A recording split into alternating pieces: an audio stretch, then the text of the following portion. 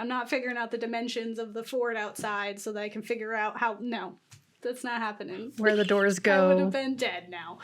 Fake fire escape. What? How? How no? He would be like, it's this way. I'd be like, okay.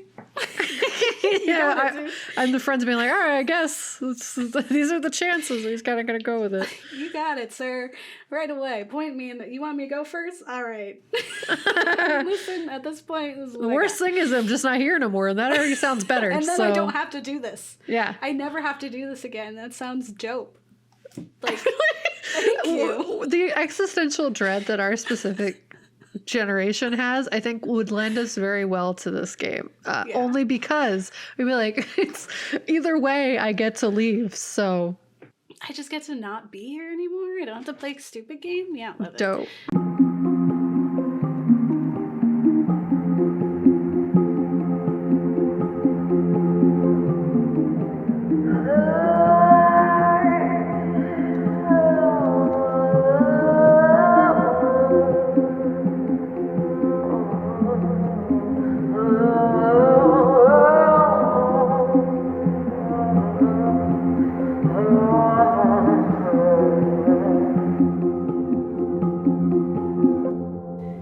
I'm Gabe. And I'm Kat. And we're the Ghouls next door. Talk about spooky stuff. As we do every so often.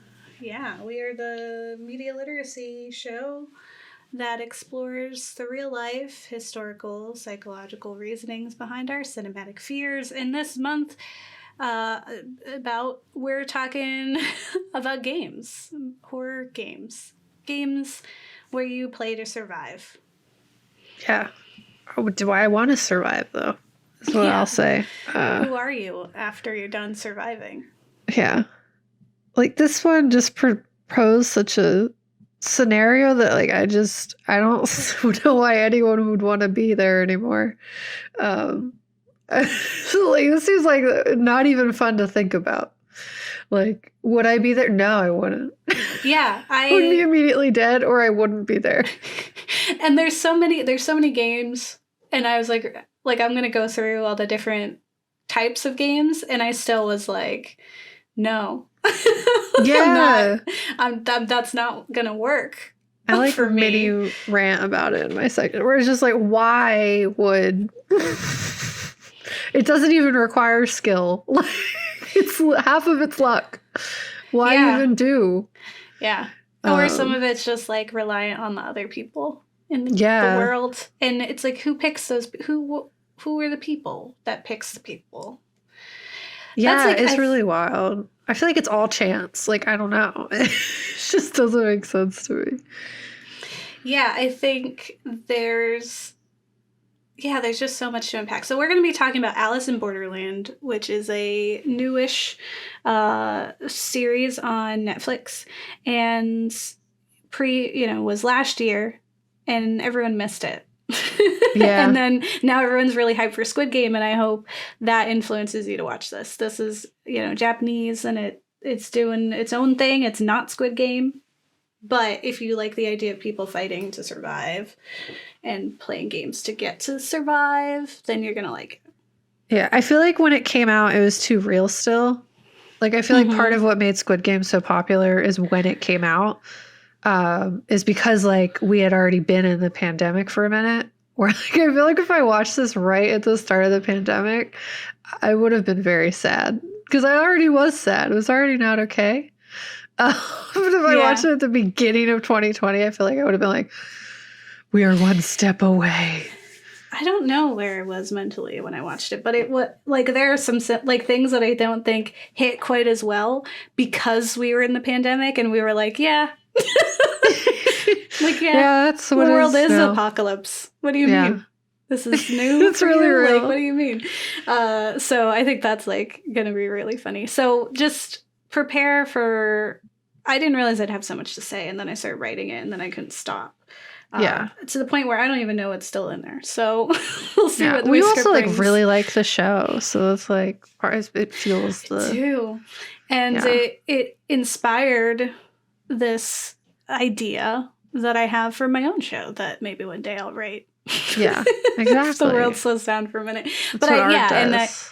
I think my appreciation for it is why I'm like so pumped about this idea of the show that I want to make. So why don't we hop in, because I have a lot to say and it's going to be all day.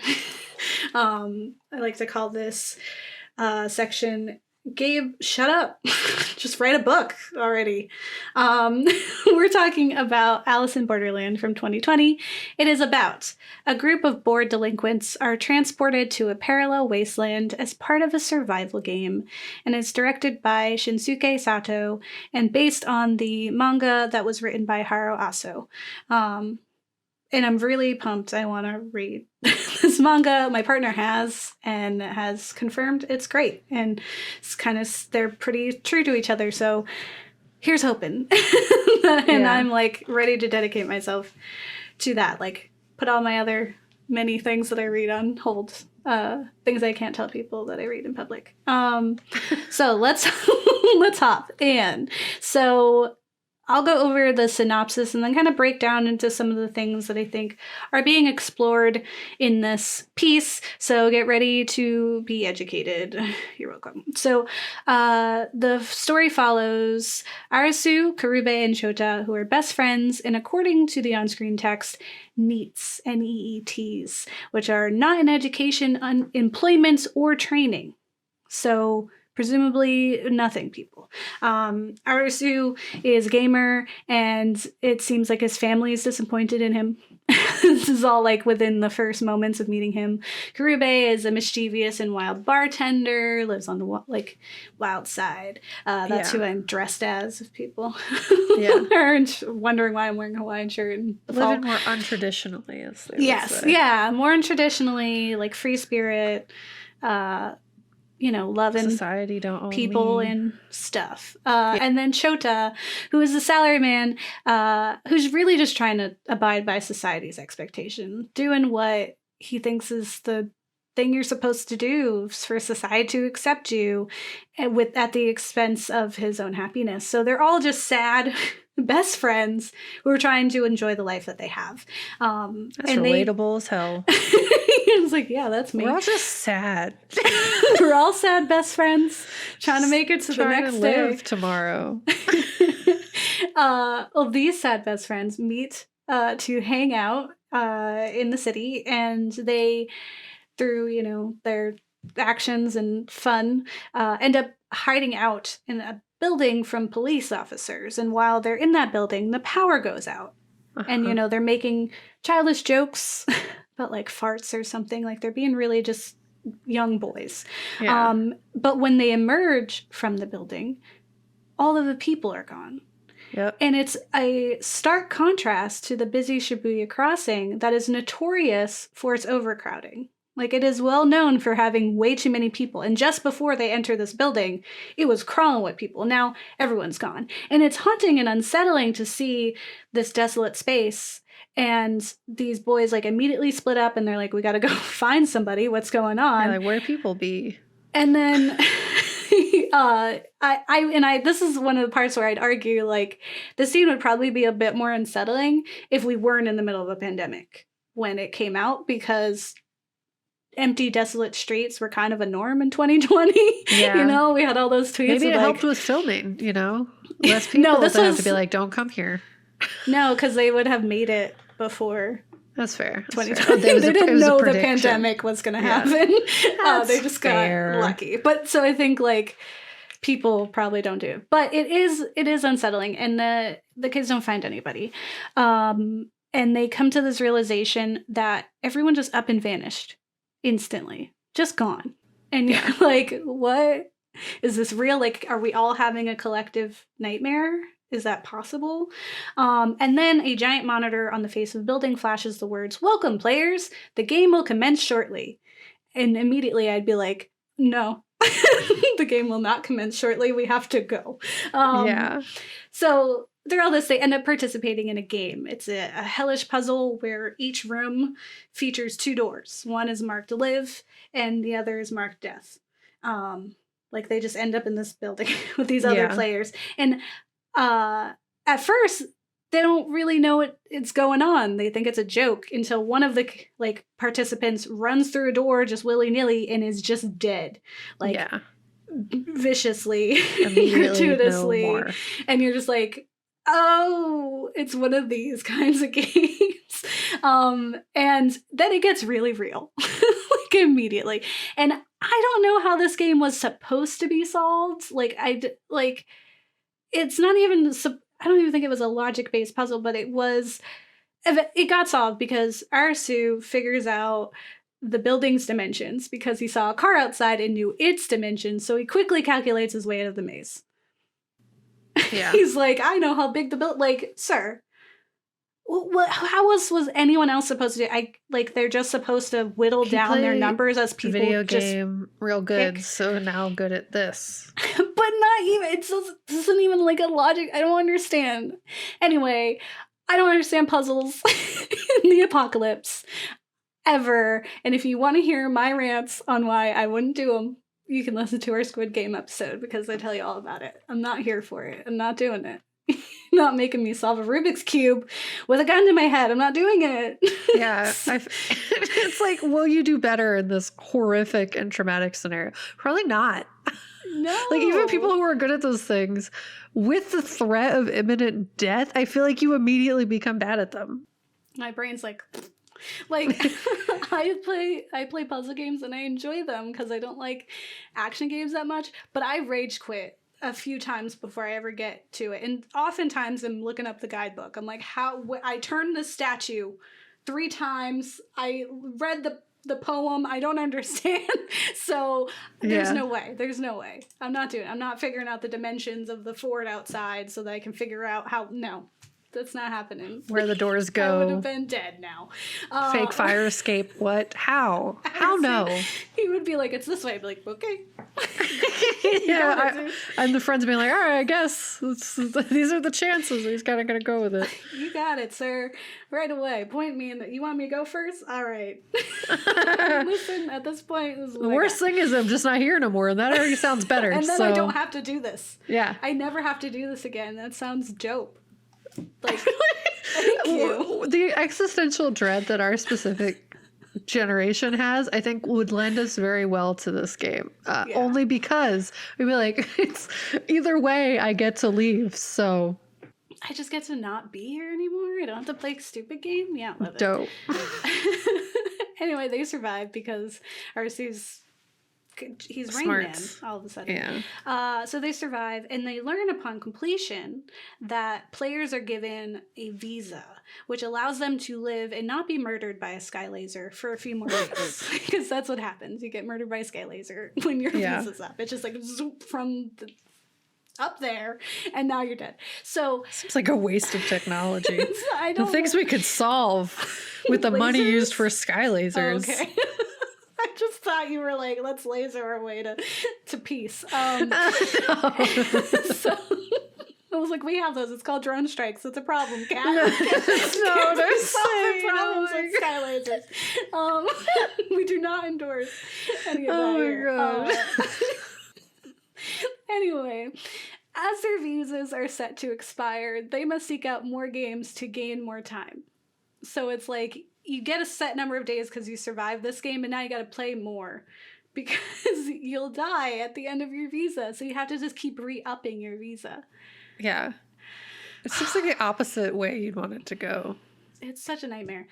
The games are rated by difficulty with playing cards, which represent that difficulty. So lower number cards are easier and can be completed easiest. But then but the thing is, they result in lower number of visa time. Yeah. So you get like 3 days or something. Higher number cards are more difficult and will give you more visa time, while face cards are just sinister. They're just chaos, and like no one is going to love it at the end. And they aren't available till the end, which is like interesting. Or it seemed that way. I don't know if that's right. Like they're just like, who knows what's going on. It's very scary. the suits of the cards also give you a hint as to what kind of game you'll be playing. And this is something that you kind of learn as time goes on and you interact with players who've been in the game for longer. Clubs are games of balance and collaboration. So multiple people can survive if they work together with clubs. Nice. Spades are games of physical strength. And you won't catch me in one of those. Yeah, damn, that's crazy. Like, no, you want me to scale a building? That's not happening. You want me to run fast? You want me to run, period? Run, period. Is something chasing me? Because I'm not. Asthma. Done. Yeah, not happening. But I guess it really depends with physical strength. Anyway, because, we learned about tug of war. Yeah. Game. You Diamonds, can smarts it. Yeah, you have a strategy. Diamonds are games of intelligence, and the higher the diamond number tends to only have one winner. So, yeah. That's sad. And lastly, hearts are games of psychology. And according to the Alice in Borderland wiki, it says rules of many hearts games can also tend to mislead the players into believing that it requires sacrificing other players to claim victory, but would otherwise be unnecessary if all participants could calmly deduce the true nature of each hearts game. In fact, it is possible to complete all hearts games, obviously except for the face cards, without having to kill a single person. And the hearts are the most vicious and difficult games to play, and result in the most heartbreaking of episodes. They really, psychology that's kind of like what all the other, murder games are trying to be. It's psychology wrapped up in all the other things. Whereas, clubs, you'd be like, let's be friends, let's team up. Unlike Squid Game, this is a strictly play-to-survive scenario. There is no promise of money. In fact, we don't get much in the way of answers for why any of this is happening. Yeah. The show is exciting and stressful as you're trying to solve the puzzles along with the protagonist, and it's heartbreaking in a different way than Squid Game. In those murder games, there can only be one winner.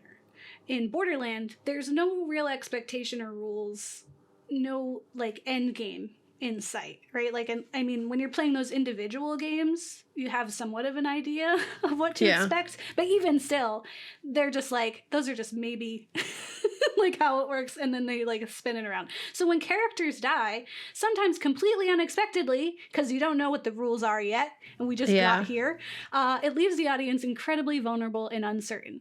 You're trying to figure it out, and the world has its own rules, and it's not adding up. Whereas at least with Squid Game, we have a face to the bad guys. Yeah. You don't get that in this. So most apocalypse horror narratives, the how and why of the apocalypse is less important. Sure, there are murder games and people are fighting to survive, but it's more of an exploration of morality, which is what our show is about.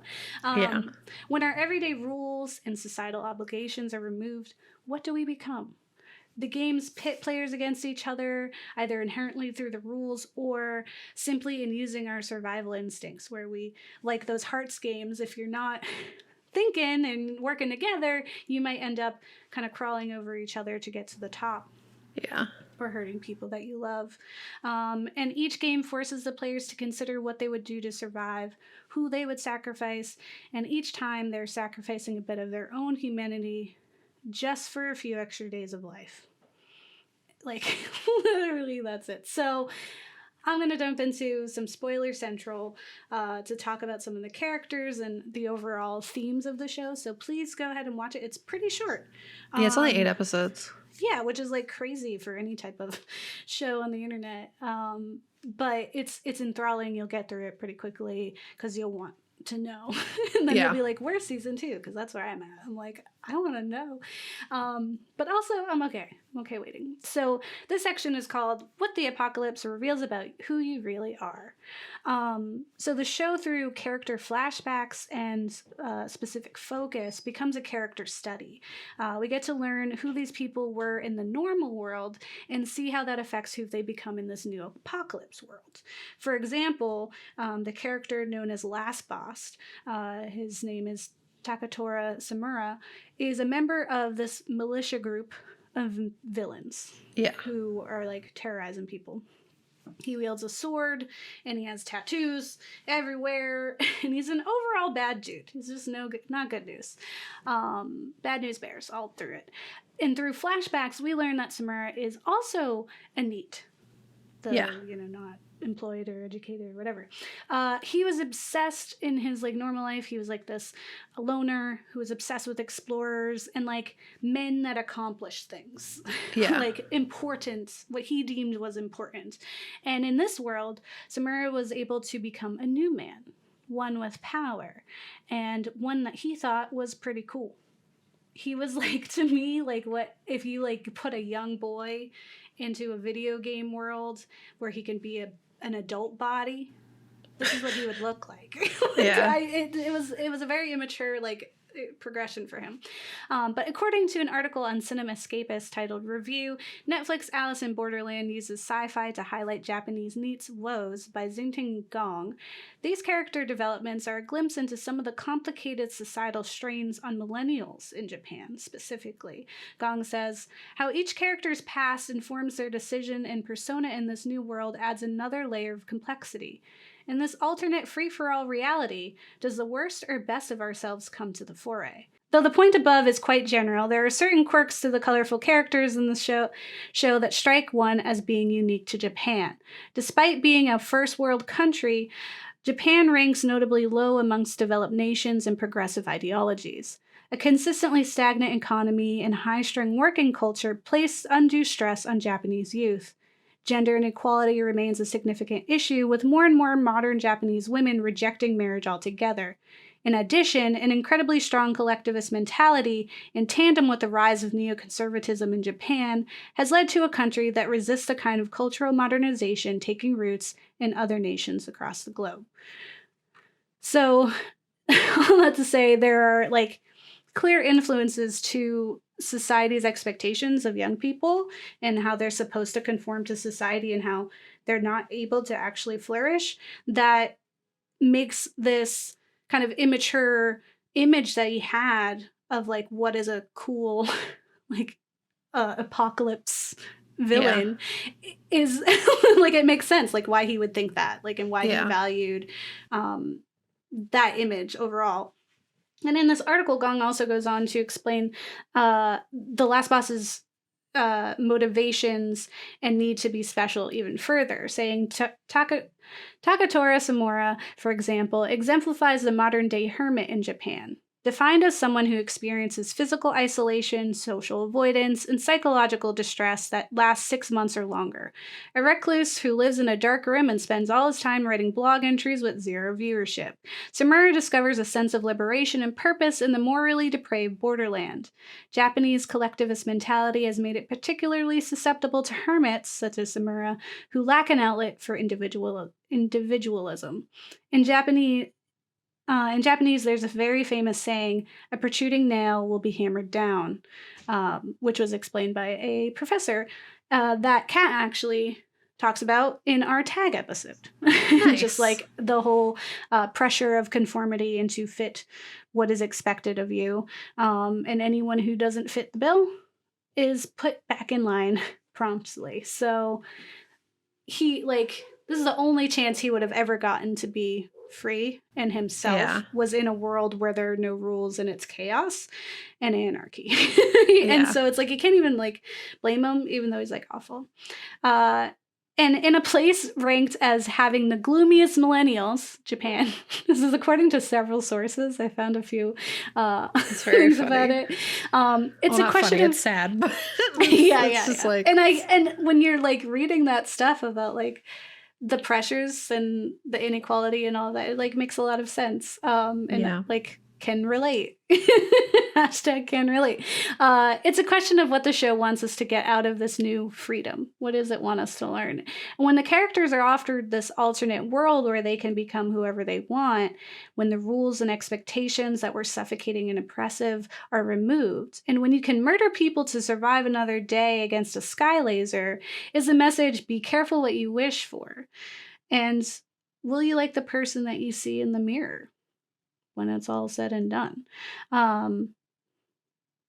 It's kind of just like revealing what you're really wanting and Yeah. realizing like you shouldn't want those things, but we do. I feel like there's a scenario though where you're not in this world and can still not be a person who has to conform to the laws of society in such a way.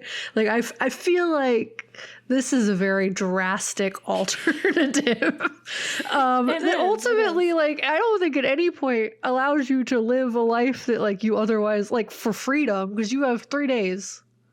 Yeah. You got murder to do tomorrow. Not always. They don't always murder. Sometimes they get murdered. They were murdering people all the time. I know, but like, even if you don't directly murder, you are witnessing murder, or inadvertently through not protecting certain people, allowing their murder, or just through luck. Yeah. Murder is taking place. So I don't know. I just feel like there's not a lot of freedom in that world. I think there's like, what other choice is there but to be blech? Yeah. Well, it also says something about like the kind of person who thrives in a society like that. Yeah. Like if you find power in that place and get to be who you couldn't be, like then maybe you shouldn't be who you thought you were supposed to be. Like maybe you're a problem. You know? In an essay by Brendan Mackey titled Meritocracy and Battle Royale, Mackey explains this power that comes from murder games like Battle Royale and ultimately Alice in Borderland. To Mackey, these games are the answer to our feelings of ineptitude. As Kat described in our Squid Game episode, millennials are a generation of people who were told if they worked hard, they'd get anything they desired. And what we were met with after that hard work was a crumbling economy and anxiety. Lots of anxiety of all kinds. Yeah. And we were deceived and lied to, and quickly learned the game of society is incredibly skewed in favor of the 1% who profit off of that said hard work while we fight for scraps.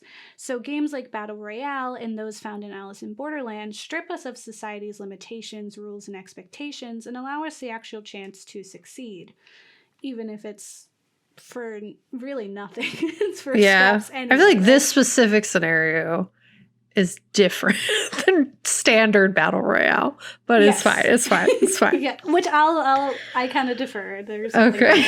But Mackey says Battle Royale games are the stories kids tell themselves about this culture of cutthroat competition. Just like the real world in Battle Royale games, only the 1% win. But these games are a fantasy in which this unequal outcome is produced transparently and equitably, albeit violently. A fairy tale about how the meritocracy should really work. Though it is tough, brittle, and difficult, it is fair, and though you have only a small chance of winning, the forces that oppress you are not unseen. They are clear and distinct. The decks are not stacked. Everyone has the same health, the same armor, the same access to weapons and upgrades. You'll probably die, but you will live and die on your skills alone. The problem here is that we still don't win in Borderland, and we still don't have control. Like there's an illusion of control, and we are equal, right? Like the strength that we have is whatever we brought in with us, and later I'll explain like also your will to live is an object of strength as well. But there is a forced achievement here, and someone else is always pulling the strings, and they win by making you participate, period. Yeah. Like the fact that you're doing it, like you've already lost. But Mackey further explains that in an article titled Battle Royale from Dystopian Thriller to Cult Classic on Unseen Japan, the author ties Japan's history with our generation's disappointment with society. So there's a lot happening here. We're just like Battle Royale equals we're really sad. So Lisa Pearl-Fusick has argued that Battle Royale is a commentary on Japan's lost decade, a time when the invisible compact between generations was breaking down. The life of middle-class Japanese citizen was supposed to be a hard, rewarding climb up the ladder of success, from a good college to a good job at a big firm. But in 2000, after a decade of economic stagnation, the salaryman jobs that had once promised a lifetime of reliable employment were dwindling. The competition, however, the endless slog of studying and striving, was still there. The battle in Battle Royale is a bloody, explicit enactment of this grinding, near pointless competition. It's another way that we're trying to find some form of achievement, and it's not there. Yeah, it's false. Yes. And the struggle for self-worth and sense of achievement is evident in our protagonists right from the beginning. Each of them, Arasu, Karube, and Chota, are trying to simultaneously find their purpose in life while also simply trying to survive in a world that finds their desires, hopes, and dreams to be meaningless, of having no value in a society that places all value on status. And status they were told they could achieve through hard work, only to find it impossible, non-existent even. Just not something they could ever have. And if you're happy with what you have, which is not what society says is good, then you shouldn't be happy about it. You're wrong. Another character that I want to cover regarding this, like, who they were versus who they've become transition, and kind of like goes into what you were saying, Kat, of like really evaluating if you, like, why you couldn't do it here. Kind of thing, is Kuina. So Kuina is a badass who honestly stole the whole show for me. I was like enthralled as soon as she was on camera, and I was like, what's her deal? Kuina is out to not just survive the games. She has a long con. She wants to escape. And alongside the incredibly questionable Chishiya, they attempt to steal the cards acquired by the Hatter, which I'll explain in a moment.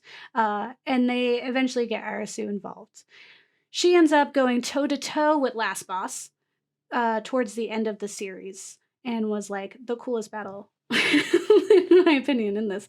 It's intense and exciting, but the best part is Kuina's flashback, which reveals that she is trans. She's an excellent fighter, and we get to see that she grew up suppressed and judged by her loved ones, and she's forced to fill specific gender roles as expected of her by her father. But unlike the characters in Borderland who needed something like an end-of-the-world scenario to become who they were always meant to be, Kuina had transitioned before the games. Out there in the real world, she was fighting to be who she is and to be accepted for who she is. Without she didn't need that, like, the world she lived in was already the end of the world, you know. And so she had already made those changes to be the person that she felt like she was supposed to be. So Kuina is also trans in the manga, which I found really phenomenal. It's not often we get decent trans representation in horror or apocalypse media, including mangas. Like gender representation isn't great. Especially in just like Japanese media, period. And if anything, there's usually commentary about it within the media because they're like, it's wrong here. So when you also look at the oppressive society of Japan and its treatment of those nails that stick out, you come to truly respect the strength and endurance of Kuina. She also completely kicks his ass. She like ruins him. And it's amazing to see this woman like who is so true to herself just destroy a man who's like loosely held up by his interpretation of what power is. He's like, this is what cool men do, and she's like, just like, sure, sit down. Like, all right, if that's what cool man do, then cool man failed. So I just had to put that because it's like honestly my favorite part, and I got really excited when that like arc happened. I was like, no way. And then when I heard it was in the manga, I was like, that's it. This is the best thing I've like in a year. So I also want to talk about the beach, which I'll explain what that is, and hedonism, because I think it's really important in covering shows like this to not just highlight the survival response that forces people to hurt those they care about or to slowly become monsters. There's this whole other response to these stresses and the threats of death by ominous sky lasers, and it's the need to live despite all of that. Not just survive, but live. Because that's what this is saying. Like in Squid Game, in Battle Royale, and all of those, it's like you want to live to get out. In Borderland, you're just living to live another day. Like every day is a fight, and it's like I think we can all relate. Or many of us can relate. Arasu experiences some truly awful trauma.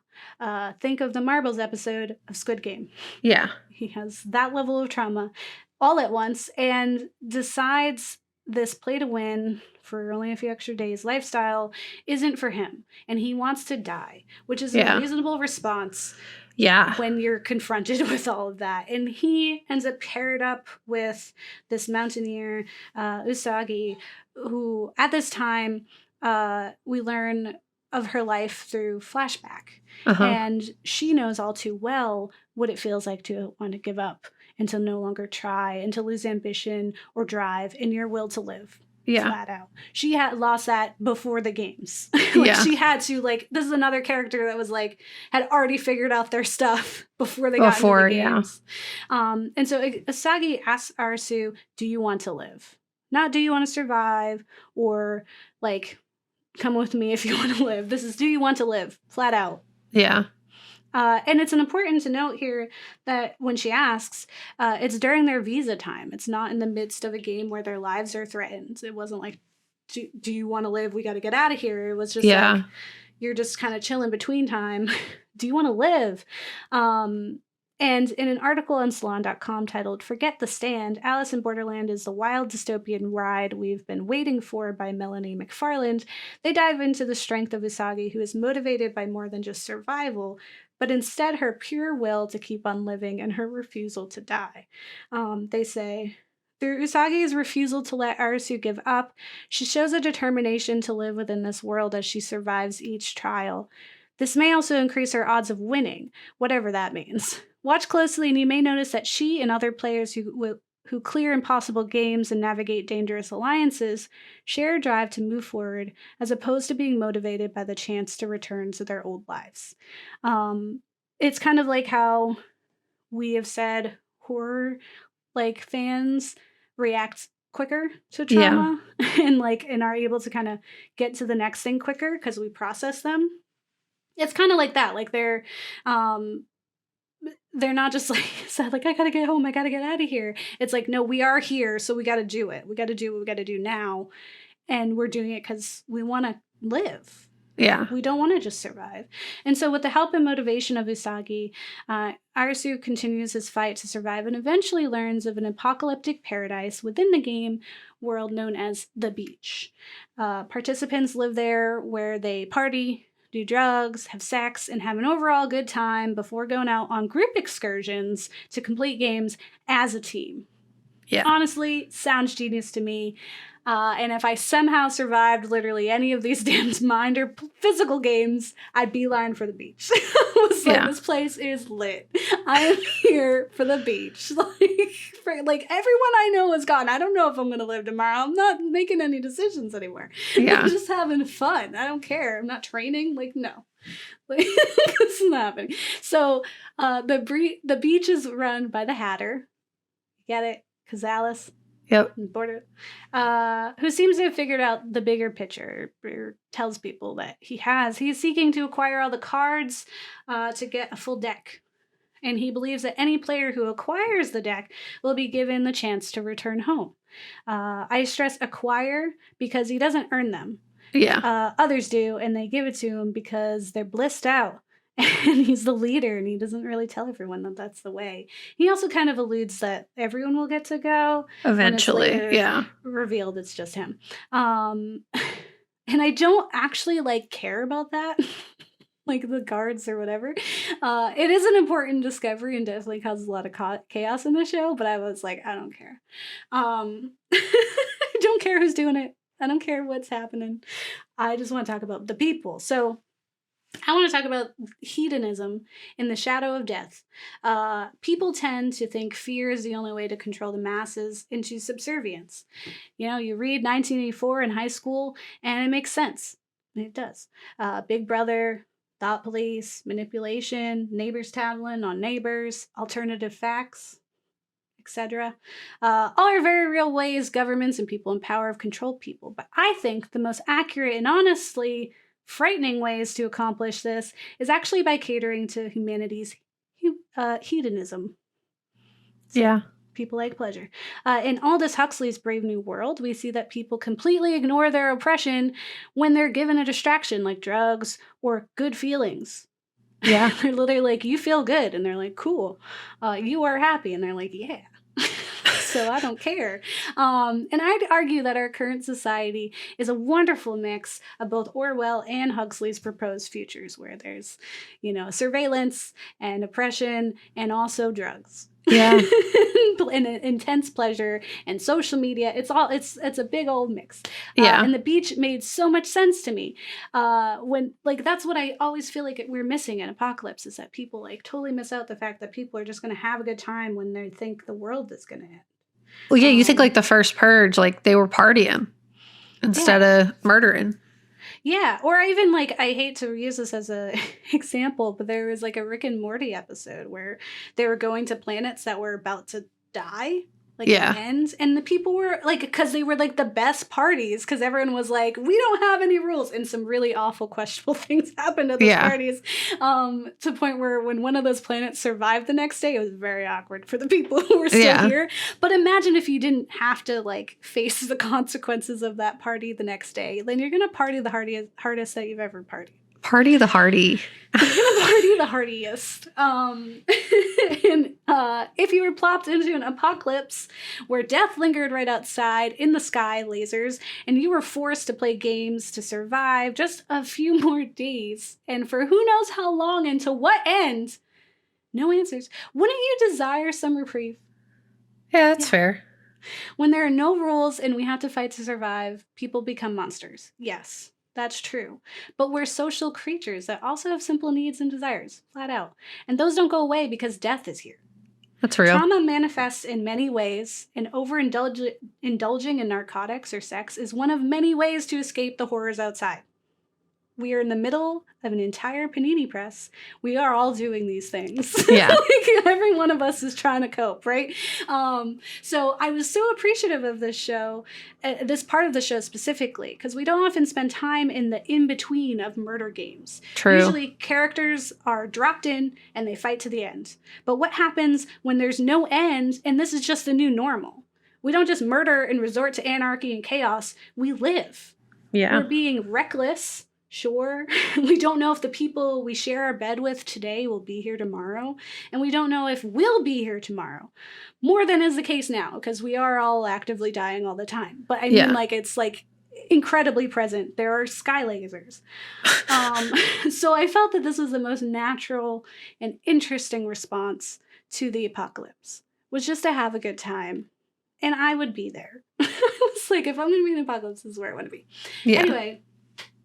The last point I'll make is the ones in charge, or whoever they are, because in the end, there's a jarring discovery. We don't know anything and there are no answers type of discovery, which reveals that there are in fact people pulling the strings. But who are they? Yeah. Why are they doing this? How are they doing this? Sky laser technology. What is that? Yeah. And for whom are they doing this? We don't know anything. All we know is that there are villains out there, and they're probably rich, because that's how that works. Yeah. But we already knew that. So the ending is pretty lackluster to me, because I was you just it was the reveal was somebody has been behind this all along, and it was okay, yeah, that's yeah, no one. We knew that didn't just happen. Clearly this was curated. Someone thought of games. Games take work. Yeah, I read the Hunger Games. Yeah, they hired people to do it. Yeah. To set them up. Yeah, exactly. That's not how this works.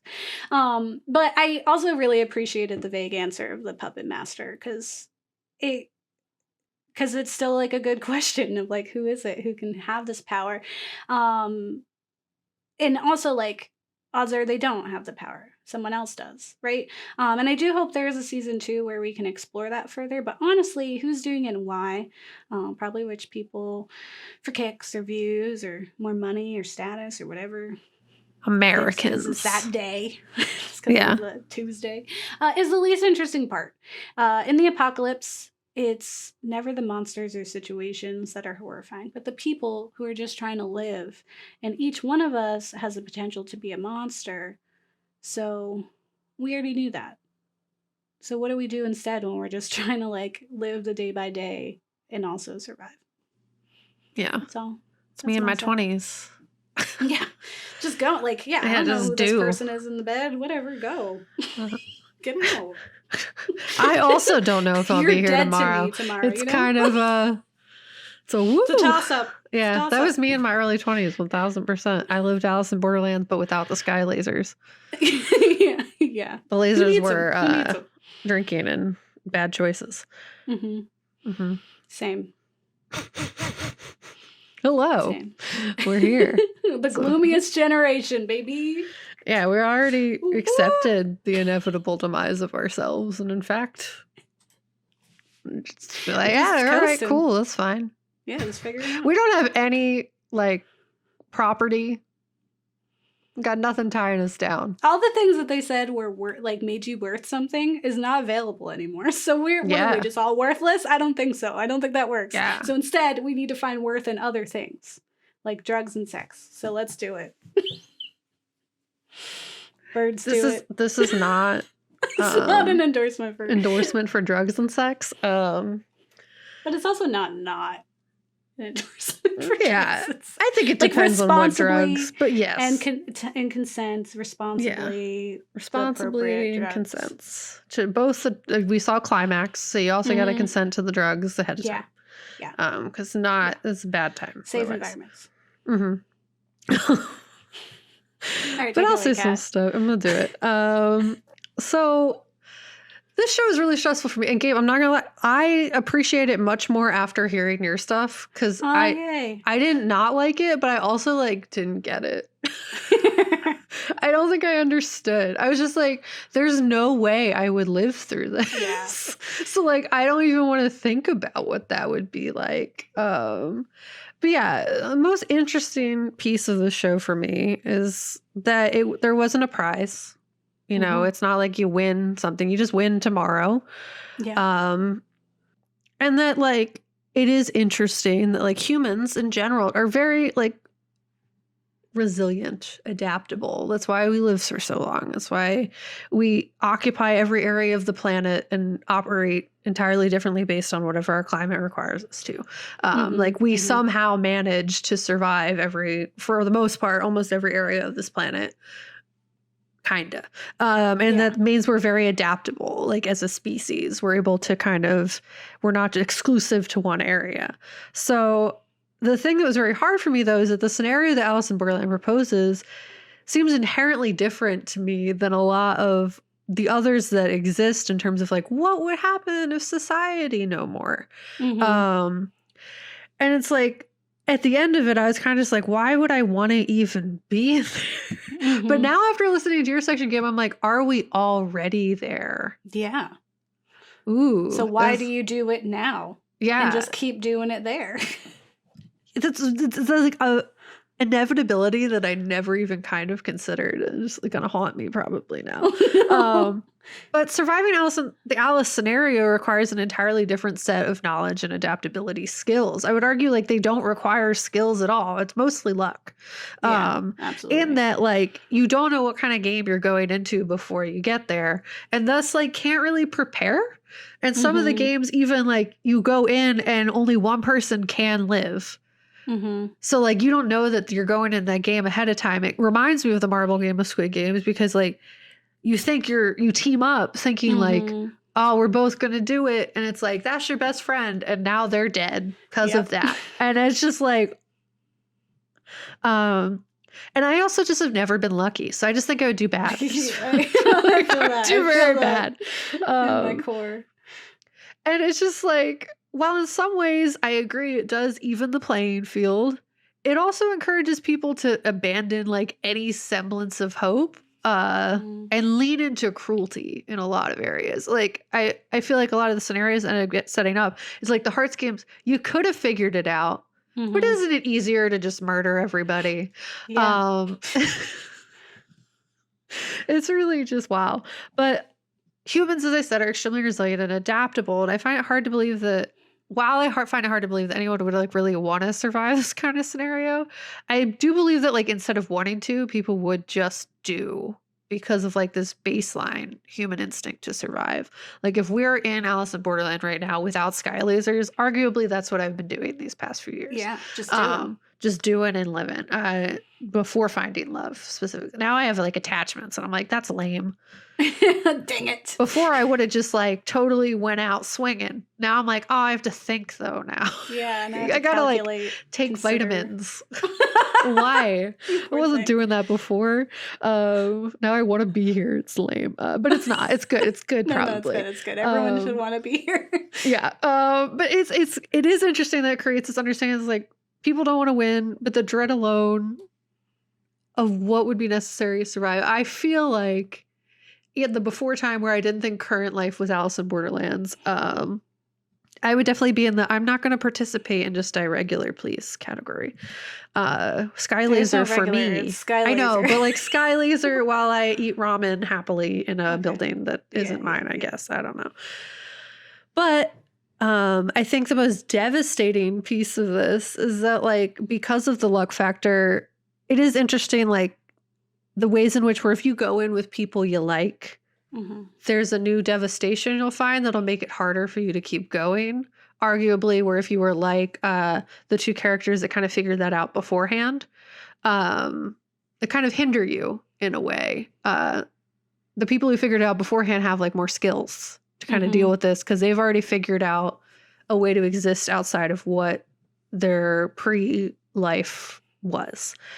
For this sake of this episode, let's pretend we want to survive. What would you need in your wheelhouse to do that? In my opinion, it's just an acceptance that trying in any real capacity is futile. And the only real thing that you can do is go to the beach, drink, party until you ultimately die. And I feel like, yeah, it's a more glamorous way to go out than I agree with Gabe in that like hedonism is a more glamorous way to go out than just sitting in a building and waiting for sky lasers.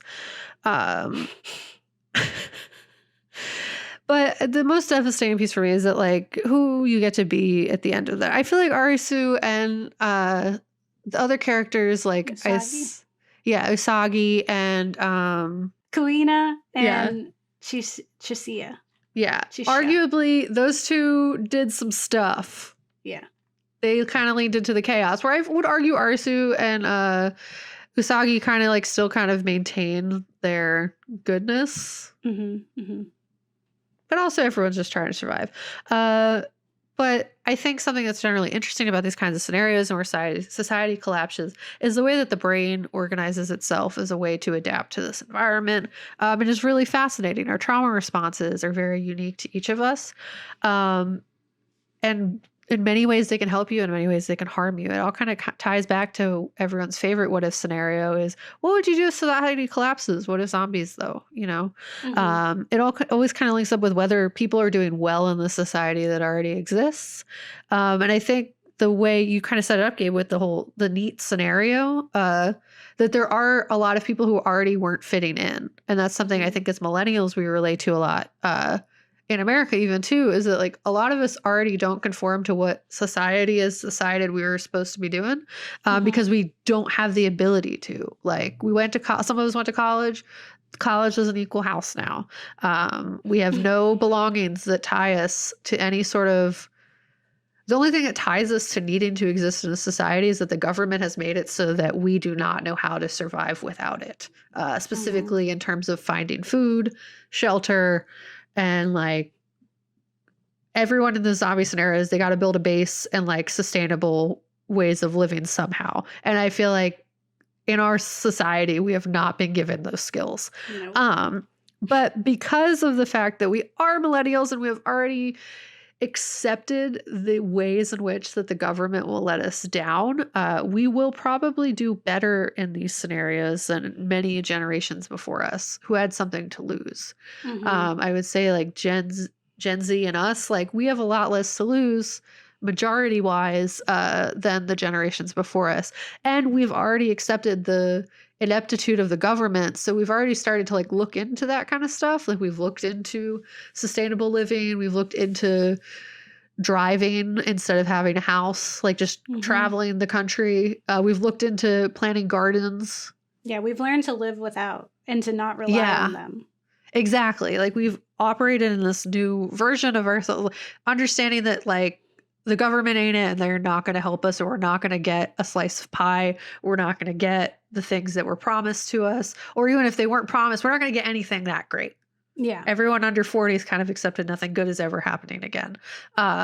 Except for like what we make in the day. You know what I mean? Like, and while I think that doesn't lean to like everyone just embracing hedonism forever, I think it does lean to like people being more authentically here at the moment, as well as just like prepare. Like we would probably survive zombies in most instances because we already operate outside of what society offers. So like our connection to this post-apocalyptic world is already there. Yeah. So I just find that really interesting. And I think it's like a collective understanding with many people of our generation or just like and on that we've had to fend for ourselves and will continue to do so no matter what way society offers. Preferably not sky lasers though. I'd rather not sky lasers. I think of all the scenarios in which the apocalypse would happen, I don't want zombies either. Yeah. Like, but sky lasers seems like, why not hedonism then? Yeah, like, there's no other really, you just kind of got to do. We're like, the other scenarios do present some semblance of hope that I think Alice in Borderland because the zombies are going to die off. Yeah. Like if you read World War Z, like they're going to die off. Yeah. But I do think it's like kind of cool. Like it's messed up, but kind of cool that we've been given this reality in which that the collapse of society isn't going to destroy most of us emotionally. Like we aren't so attached to what society was before in our current forms that act in of itself would make us break. And I feel like a lot of the older generations, unfortunately, like probably would, because they're still reaping the benefits of what their version of society has been. I would argue that many of us are actively trying to sabotage society now. Yeah. So like we're all kind of needs, and that there's nothing so wrong with that. If anything, that kind of Alice in Borderland kind of showcases the ways in which that existing within that realm already sets you up to kind of do well when society inevitably will collapse. And many people will thrive in that scenario in a way that I think that would be different than zombies specifically, because it wouldn't lean into necessarily cruelty. It would just lean into what we have with Kuina and Usagi, and that like they've already learned how to exist outside of that, and that will allow them to continue living no matter what kind of happens, because their tomorrow is within themselves unless their attachments to all these things. And that's what everyone says enlightenment's based off of. So yeah, I think it's that we place value on different things than the generations before us, and those things aren't like tangible in the same way. So if we were put into a post-apocalyptic world, we still have those things that we value. And I think what's different about like versus like a zombie apocalypse situation is like usually in those narratives we see like people become evil and are like preying on each other. Yeah. Whereas like although that was like happening a bit in the beach and there was like power trouble, really people were just like, we want to, like, it was like the first purge, like people were like, we want to party, we want to hang out with each other and enjoy what we have, because all we know is we have today. Like we are 100% not guaranteed tomorrow, and we have to keep going out and risking our lives. We might as well enjoy the little bit of lives that we have while we have it, and together. And everyone kind of was letting each other just live. Like they weren't great. Like there's, some shady things going on for sure. But I think the core was like, you keep people in line by just letting them be happy. Yeah. I mean, that's totally true. And I think it's interesting. I don't know if I would have gone to the beach, if I'm being real. I feel like I'd be like, can I find one person I don't hate? And then I'll hang out with them and we kind of just rock until we've just continue to do that, accepting that death is around the corner. I don't like people enough that I would want to go to a place where there's a lot of them all the time. So I would probably just be like still a loner, still be outside of what even the new society. I'd be like, I'll still find my ways to enjoy myself. Maybe I also have drugs, but I'm just not at the beach right now. You know what I mean? Yeah. But I do think it's interesting because it's like its own little mini microscope of society, or what is that called? A little ecosystem that's doing its own different oppressive thing. So yeah, it's interesting. Yeah, I feel like we might live, but also why? But also like maybe. But I mean, that's the question now, right? Is like, why? But I like that idea of like we would survive better because like in the show there weren't many people who were much like I'd say Gen X was in there. Yeah. But I don't know if there was any prior generation. Like there weren't old people in there. No. Like at all. They all went out in the beginning, I guess. Like, or they just like, what were the old ones? The old ones are the ones pulling in the strings because they're the only ones that still benefit from that society. So the meats or neats are the ones who aren't adhering to that society. Did I just figure out the whole thing? Because they're the ones, because there's no old people in the thing. Like there's arguably not a lot. So and everybody who's in there is kind of people who already existed, not like traditionally within society. So maybe this is their way to get rid of all those people. I think it's a great piece to explore in a way that I feel like hasn't been explored. Just like the different ways we survive when society has collapsed. Like we kind of see the same narratives of like people are awful and when their back's against the wall, they're going to hurt people they love.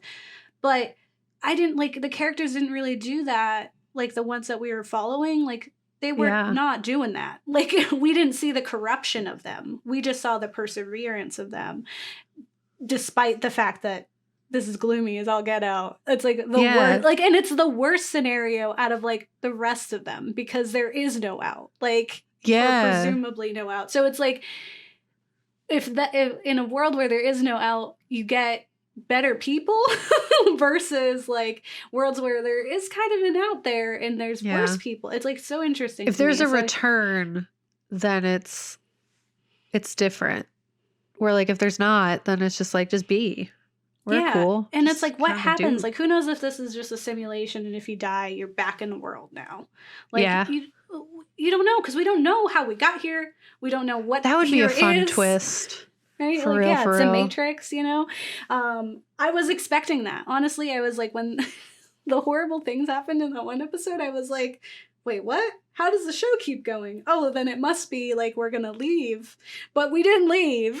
Yeah. We're still just trying. I was like, this is awful.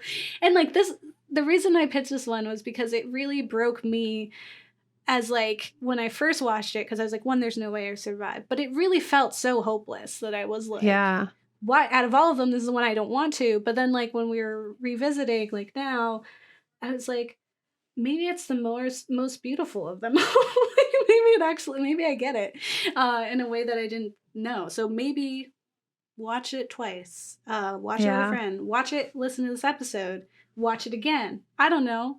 Like, give it a shot. It was good. It's good. I appreciate it more now after this than I did, I think, while I was currently watching it. So. Oh, yay. That's good. I'm glad. And I hope other people feel that way. And if you do, make sure to leave us a comment and that you're subscribed to us. You can shoot us an email at theghouls@gmail.com to let us know what your thoughts are. If you have any recommendations, if there's manga out there that are about murder games we should read, or if there's a show. Oh, there has to be more. I'm sure there's so many. Yeah. Everyone is miserable now, so they're making them now. Like, and they've been miserable. We need an out. They have been miserable. That's why I'm just like, we are already anarchists. I don't understand. Like, put us in the apocalypse. We're like, okay. Yeah, it's like very real. Like, I used to think I wouldn't survive, but now I'm pretty sure, like, I would have a hard time because I need medicine. But, like, other than that, like, I'm not going to be murdering people. Mm-hmm. I'm just going to just be like, all right, we live now. We're just doing this different. If anything, there's a lot less people I got to deal with. And that sounds nice. And you know what the thing about this one is like versus like the zombies where like the outside was terrifying. It's not. Like you can go to a pharmacy, break in and get the stuff you need. Yeah. And Alice in Borderland is 100%. You just hope the pharmacy isn't a game. Yeah. Well, I mean, like they would tell you that there are games and stuff going on, but like, you could like walk, like you could get whatever you want because basic surviving was allowed. It was like, that's why they have go get food, go to the mall. Yeah. Like you do all that stuff. Reestablish society, but also now everyone goes and plays murder games sometimes. And honestly, in the middle of the pandemic, we're all playing a bit of a murder game by leaving the house. So Yeah. like, we leave outside, we talk to other people, we take public transit. You're playing a murder game. Yeah. The murderers by the pandemic. Yeah. So we're all doing it. Yeah, so that's murder games. We're not covering Battle Royale. Although I'm like, maybe one day. Yeah. It's just What are like rules? if we There's did, no rules. Let's just do it. do whatever we want, dog. Yeah. Next month we'll have something really fun and nice for us. It'll be nice. It's totally different, so be prepared for something unique to the Ghouls. And then in the new year, we make it that far, we'll be back to our old games. Yeah. Our old ways of mischief. Mayhem. Yeah. All right, well, don't get married. Let your kids. Yeah. Your Who kids even wants to will have kids in this just be in economy? this world. You know? Yeah, right? In this Who wants to panorama. bring more humans in Panorama. this whole panorama? Yeah. You want to bring a whole other Nini human press. here? I don't need this. Well, bye. I hope we don't end up in a murder game. I don't want sky lasers. I just feel like that's excessive. Just let it regular. Apocalypse. I will say this. This is like most murder games. I hope if I end up in one, that you're not there. Yeah. Like it's the one Just place 'cause I'm like, I I don't don't need murder my you. buds. Yeah, Yeah. I don't need them. I don't need my I friends. need someone with who me. doesn't know my personality already so that there's expectations already there. Yeah. I need nothing Make holding new me friends that I don't have to care Just about. why Really. have friends? Yeah, they're just there. Second. You times, are you know? all you, man. Living in a moment. I could be somebody. Like, yeah, you could be somebody new. You should Do see whatever me you when I want. go a place and no one knows who I am. I'm like, this is like a wonderful masking opportunity. I'm going to see who I am today. Let's go. Let's find out. Who do you Yeah. think I am? That's cool. Yeah. That sounds great. It's I could do it. I terrifying. do well That's fine. meeting new people. So Oh, I don't, I'm but also I can I'm very pretend. good. I'm also a very interesting person in a short span of time. Like people when they first meet me are like, "Oh my god, you're so cool," and then when they like get to know me a little longer, they're like, "Oh, whoa, hold on." That's hilarious. That I was have you the back there. opposite experience almost always. No one likes me right away. They're like, wow, she was awkward. She said all the wrong things. And I'm like, it gets better with time, maybe. No, I'm like a siren. Or it doesn't. I think there's like a middle period that's like, that's when the illusion kicks in. Yeah. You've been with No. me for 4 years, almost 5 years. 5 years. It's been a long time. You still kind of like me. Time. Yeah. I still very like much you. like you. Yeah. Yeah, we passed the test. But yeah, Yeah. no, I've always considered myself a siren, you know? Like I lure him in, cool song. But then you get up close and you're like, ah! Monster, she's drowning me. And I'm like, sorry, bud. That's how she is. So if people just had to interact with me in small doses, they would think I'm really cool. And then they're going to die. So it doesn't matter. You know? Like they're not going to get to know. They don't get to see what happens. Okay? It's good. I love it. I'm a fish, not a person. It's the first thing I say. And they're like, what? I don't want a fish friend. You have to get out of here. And I was like, hey, that's cool. Yeah, I don't know. And I was like, It I'm a worked. fish too. Yeah, it worked out. We're both fish. Ixnay on the fish day. I don't know why I thought that was so funny, but it was. Oh my god. All right. Well, bye, everyone. Bye. Good luck in the murder games. That is just every day Yeah. in 2020. It's not through sky lasers. 20 It's just question mark, poverty question and oppression. There's not food that's good for you.